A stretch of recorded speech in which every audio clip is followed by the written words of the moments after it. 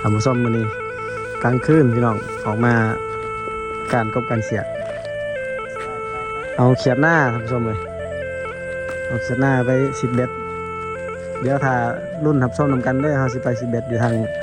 บ้านหอยอาไก่หรือว่าพายหรือว่าอ่างเก็บน้ำทางเมืองพีนพี่น้องถ้าเบิ่งที่ได้เขียดหรือบ่มื้อนี้ประมาณคือสิเอาเขียดหน้าประมาณ10 โต20 โตแล้วพี่น้องเผื่อไปสิบเบ็ดแกงเบ็ดเนาะคือขี่รถจักรมาแต่รถจักรเขาจอดทั้งพุ่นท่านผู้ชมอันนี้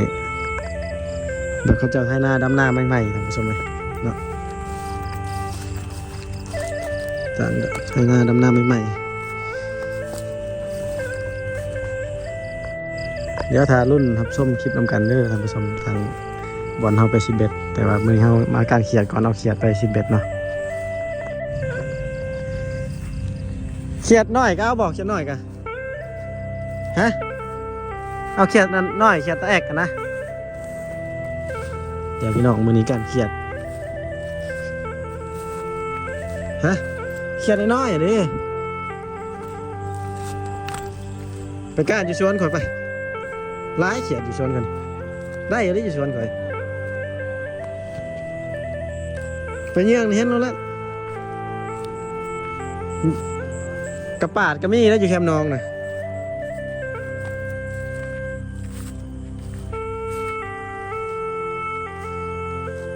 นี่เขาไถหน้าใหม่ๆแล้วมันเขาปลามั้ย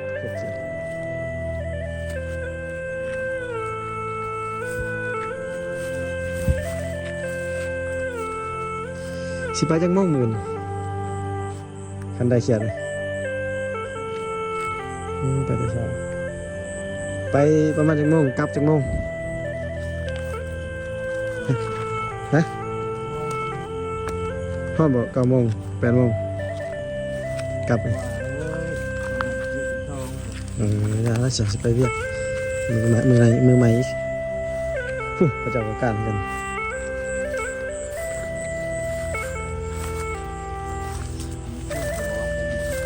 ภูเขาแถวนี้งามเลยใหญ่ทั้งหมดเลยเขียวบ่มีทางไปไกลเท่าไหร่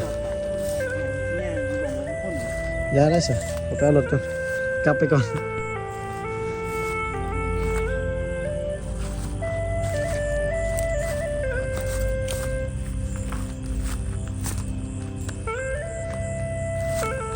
กลับไปเอารถก่อนมันพอดำหน้ามันเขียวมันบ่มี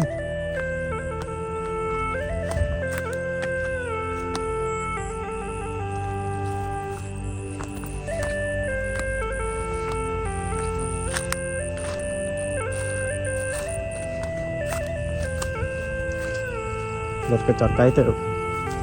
นะ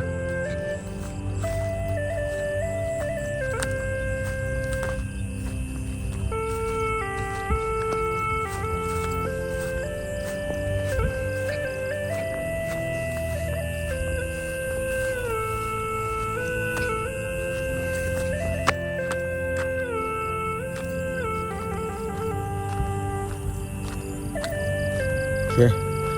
เดี๋ยวรุ่นส้มทำกันในคลิปตอนใส่เบ็ดตึกเบ็ดเด้อท่านผู้ชมนี่คือมาการเขียน